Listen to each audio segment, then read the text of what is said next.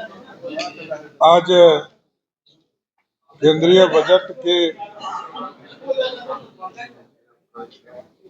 ऊपर press conference में उपस्थित सभी हमारे मीडिया के साथीगण और वित्त विभाग के प्रधान सचिव आनंद किशोर जी, अन्य पदाधिकारीगण,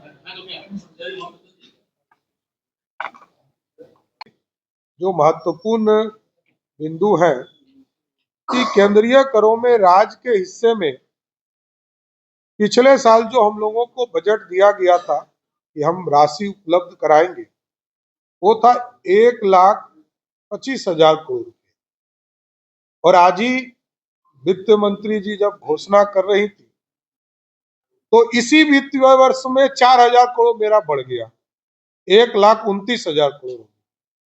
और अगले वित्तीय वर्ष के लिए हमको 1,43,000 मतलब इस वित्तीय वर्ष में जो हमारा निर्धारण था उससे लगभग 18,000 रुपया अधिक अगले वित्तीय वर्ष के लिए देने का काम आदरणीय प्रधानमंत्री जी और आदरणीय वित्त मंत्री जी देने का काम करेंगे।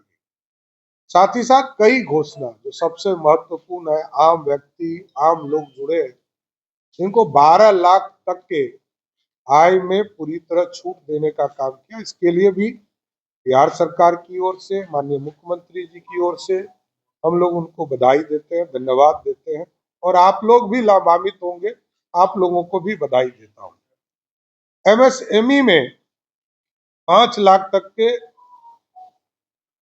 क्रेडिट कार्ड का एक नया स्कीम स्टार्ट किया गया, इसके लिए भी हम विशेष तौर पर धन्यवाद देते हैं। किसान क्रेडिट कार्ड हमारे यहाँ, क्योंकि आज भी लगभग 60 से 70% लोग किसान आधारित जीवन जीते हैं, उनके लिए केसीसी में जहां 3 लाख तक का लिमिट था उसको बढ़ाकर 5 लाख किया। ये प्रमुख चीजें थी जिससे कि बिहार जैसे राज्य को पूरी तरह आगे बढ़ने में सहयोग मिल रहा है भारत सरकार का। और भी कई योजना है जिसके माध्यम से एआई इंटेलिजेंस के माध्यम से जो सेक्टर है उसमें एक्सीलेंस सेंटर खोलने के लिए कई जगह चीजों की स्थापना करना है। देश भर में 200 कैंसर केयर सेंटर बनने हैं, तो ये हमारे यहाँ भी खुले। तो कई चीजें हैं, ई श्रम पोर्टल का गठन होगा, खिलौना उद्योग को ग्लोबल बनाने के लिए भारत कैसे हब बनेगा, उन चीजों को भी प्रमुखता से रखा गया है। इसलिए मैं फिर से आदरणीय प्रधानमंत्री जी को मेडिकल के सेक्टर में मेडिकल कॉलेज और हमारे यहाँ खुलेंगे, उसमें हम लोग सभी जिले में खोल रहे हैं। माननीय मुख्यमंत्री जी ने घोषणा किया है कि हम सभी जिले में मेडिकल कॉलेज की स्थापना करेंगे। उसमें एक बड़ा सहयोग, पिछले बार 8 मेडिकल कॉलेज स्थापना के लिए भारत सरकार ने सहयोग किया था, इस बार भी मेडिकल के सेक्टर में और अधिक सीटें बढ़ाने का निर्णय सरकार ने लिया है। तो ये सारे चीजों को देखते हुए ये जरूर मैं कह सकता हूँ कि किसान के साथ, गरीब के साथ, आम लोगों के साथ स्वास्थ्य सुविधा को बढ़ाने के लिए, इंफ्रास्ट्रक्चर को बढ़ाने के लिए, बिहार जैसे गरीब राज्य को आर्थिक रूप से खड़ा करने के लिए ये बजट है। मैं इसका स्वागत करता हूं और प्रधानमंत्री जी और वित्त मंत्री जी को धन्यवाद देता हूं। धन्यवाद। ये एक तरह से बिहार के हाथ में धोखा दबा दिया, बिहार को विशेष राज्य का दर्जा नहीं दिया गया, न ही पटना यूनिवर्सिटी को सेंट्रल यूनिवर्सिटी बनाया गया। देखिए जो लोग ये बोल रहे हैं उनको पहले इंडी गठबंधन के नेताओं का बयान सुनना चाहिए। अब सिर्फ राष्ट्रीय जनता दल तो इस देश में पार्टी है नहीं, इस देश में कई पार्टियां हैं और देश में इंडी गठबंधन के लोग दिल्ली में क्या कह रहे हैं। 2024 के बजट में भी कहा कि ये बिहार का बजट है और आंध्र प्रदेश का बजट है, और अभी भी ये लोग कह रहे हैं, कांग्रेस पार्टी के लोग, कि ये बिहार का बजट है। स्वाभाविक है, जिन लोगों को निराशा लगी है कि बिहार का उत्थान हो और वो लोग सोचते हैं कि नहीं हो, क्योंकि उनके पास कोई इतिहास में काम दिखाने के लिए नहीं। नीतीश कुमार जी और नरेंद्र मोदी जी ने ही इस देश में और इस बिहार में काम करने का काम किया है। धन्यवाद। जो 1.5 लाख करोड़ का जो प्रावधान किया गया है राज्यों की सहायता के लिए, उसमें से बिहार को कितना मिलेगी? 15,000 करोड़ लगभग, कम से कम, इससे अधिक भी मिल सकता आपने जो प्रस्ताव है।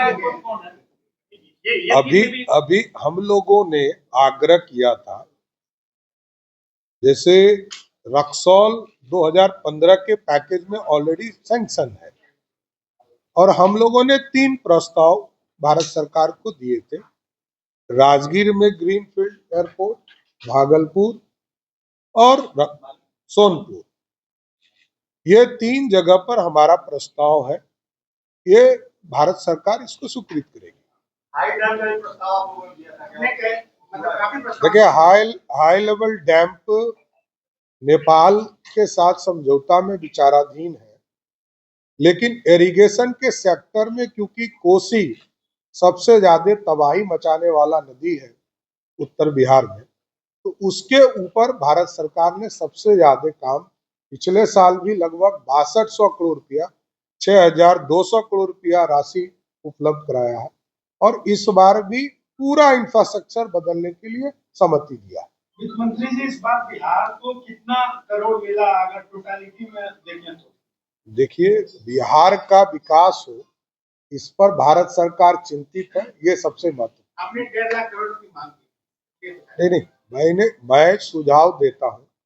मैं बिहार के तरफ से प्री बजट में हम लोगों ने प्रस्ताव दिया, कई इंस्टीट्यूट का प्रस्ताव दिया, उसमें 2 प्रस्ताव स्वीकृत हुए और आगे तो अभी प्रधानमंत्री जी 24 को फिर बिहार आ रहे हैं। धन्यवाद।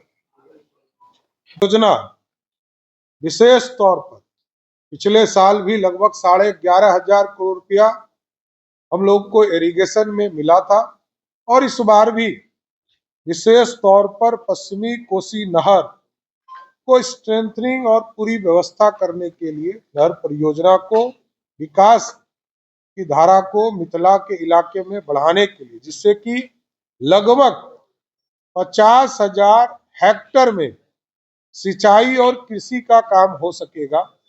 ये सारे प्रस्ताव को स्वीकृत करने का काम किया गया।